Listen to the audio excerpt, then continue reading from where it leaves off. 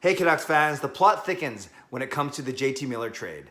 I'm Clay Emo, I'm at Canuck Clay on Twitter, I'm at Clayton Emo on Instagram. I'm the founder of the GLCPC, the Good Looking Canucks Positivity Club, and this is my Canucks take all in one take. It's Clay's Canucks commentary for Saturday, May the 2nd. This is where I provide Canucks insight that's both positive and timely. Before I get to today's topic du jour, I want to give a quick life update. I'm in a really good mood because I finished my final exam for my second course of 12 in my master's program. And I feel really good. I got 41 out of 45 in the first half, true, false, multiple choice. So as long as I don't donk the essays completely, I should get a good mark, not only in the exam, but for the entire course as well. And I've decided to take a break from studying this summer. I've gone hard for 8 months, but I want to continue to focus on my family, my faith, my fitness, and my creative exploits, such as work and, of course, here on YouTube. So I'm going to take a bit of a break over the summer, and I'm looking forward to that. Speaking of creative exploits, tonight I'm joining my good friend Shahid Devji. He's very active on Canucks Twitter. He has a podcast. He does some vlogging, active in the community as well. And he's doing an online concert, an Instagram concert, calling it the Quarantine Insta Jam. Get it? Insta Jam, Instagram. And I'm one of 5 musicians guests that he's bringing on. So if you're on Instagram tonight, make sure you're following me at Clayton Emo, and you want to see me join Shahid for this concert, which actually starts at 8, but I'm gonna come on just after 9. You'll get a notification that says I'm joining Shahid. I would love for you to join me on Instagram tonight. And again, it's a Quarantine Insta Jam. I get about 10 minutes worth. Gonna break out some old school R&B on the piano, and we'll go from there. And don't worry, I won't be singing because I want Shahid to get positive, feedback to his initiative tonight.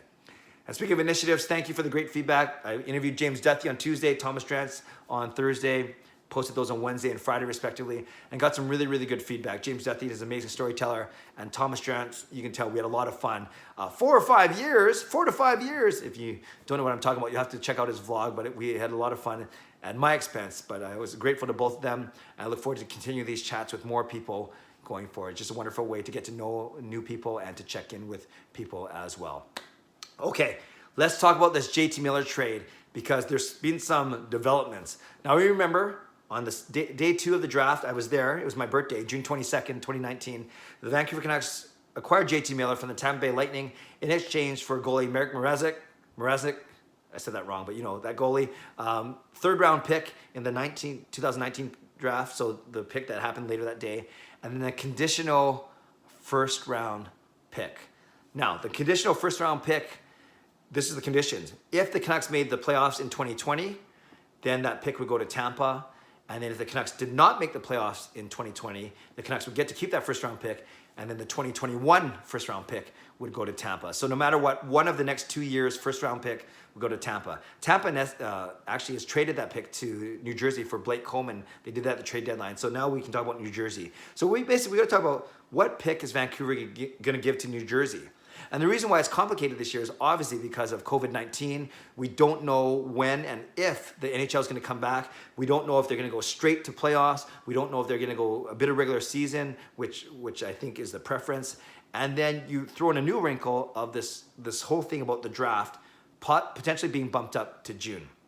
So let's try and unpack this because this gets pretty complicated. Let's pretend the NHL is coming back and finishing off the regular season, and then the draft is at the end of the season. This is the least disruptive, right? Aside from this 3 or 4 month disruption of hockey. But you finish off the regular season, then you have a clear 1 to 31 order in the standings. Then you do draft picks, conditional draft picks, draft lottery, all based on that order, and then you move into playoffs and then you do the draft. That is the cleanest scenario. That's scenario number 1. Scenario number 2 is they go straight to playoffs, and then it's a little confusing because do the Canucks make the playoffs? By points, they don't. But by points percentage, they do. By rolling back to 68 games, they do. So points percentage to me seems to make the most sense. It's the most fair way. It takes into account every game that you've played this season. So if the Canucks were to make, if they go by points percentage, then the Canucks make the playoffs. And that means our 1st round pick goes to New Jersey this season.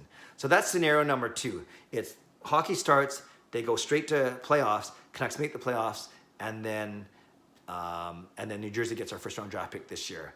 I guess that's 2A, because 2B would be they go straight to playoffs and they somehow deem the Canucks not a playoff team, and then we keep our first round pick, and then it's the 2021 one that goes to New Jersey. So we got scenario one, that they play out the regular season and playoffs, and the draft is at the end of the year. Scenario 2A is they come back, they go straight to playoffs, and the Canucks are in, so the pick goes to New Jersey.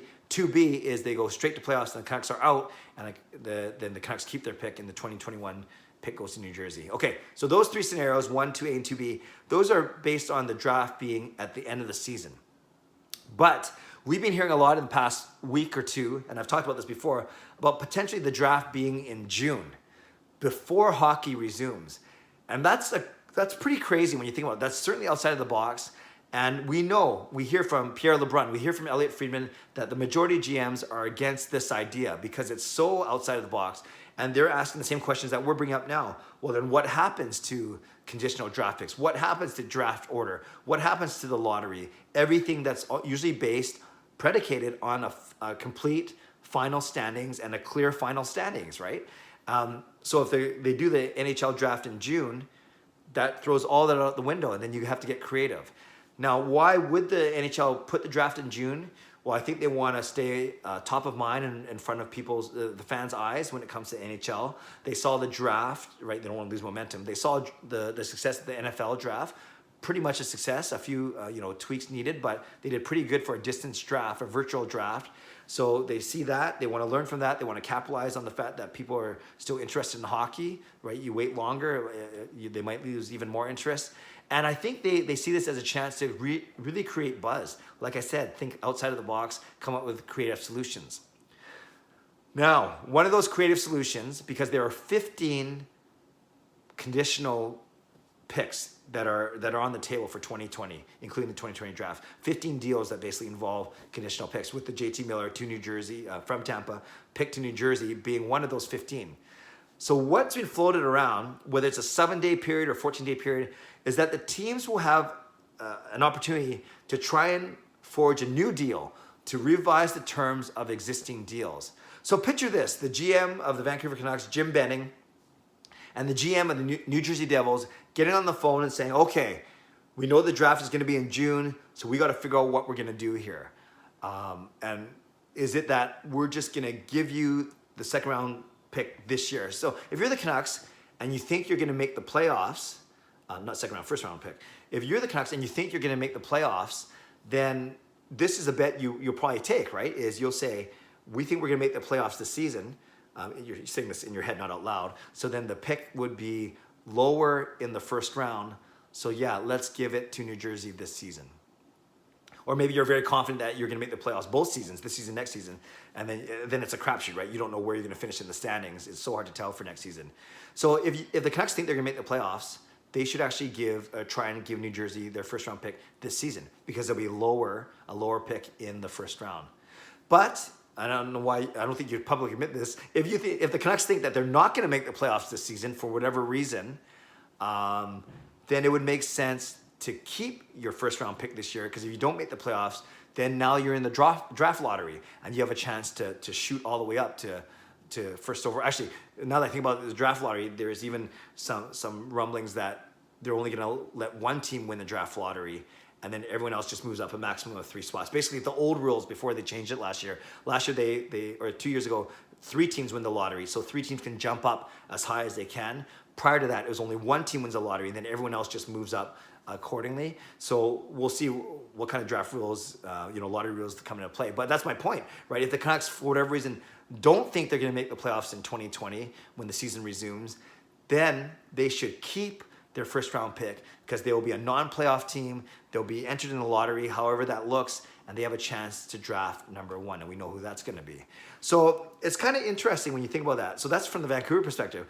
The New Jersey perspective, I think you're thinking of the exact opposite, or at least you should be thinking about that exact opposite. You should be anticipating what the Canucks are going to say and see if it makes sense to you. No matter what, they're going to get a first round pick, whether it's this year or next year. That's the whole point of the original deal about the conditional pick. But I think what's fascinating is, will New Jersey and Vancouver be able to come up with a deal? And Pierre LeBrun has reported, if the two sides cannot come to a deal and an agreement, then you are bound by whatever the NHL recommends. And we don't even know what that's going to be. So you can see, you guys, there's so much uncertainty.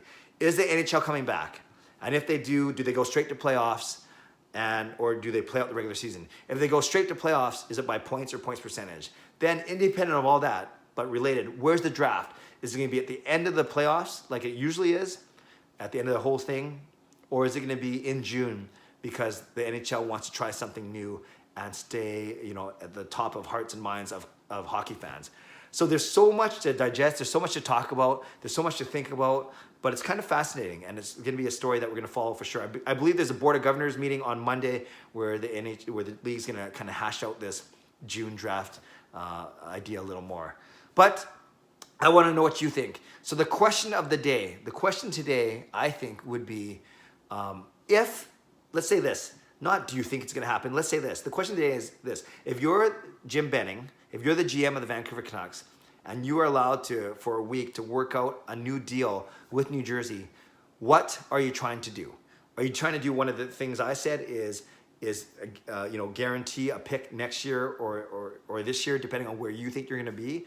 Or do you actually come up with a different solution where you offer 2 third-rounders instead of a second-rounder? Or do you throw in a package or nullify the trade because you're giving them roster play? There's so many, that doesn't make sense actually if it's a first-rounder, but you know what I mean. So let's get creative. Leave a comment below. The question of the day is, if you're the Canucks GM, Jim Benning, what kind of offers, what kind of deals, what kind of proposals are you making to the New Jersey general manager?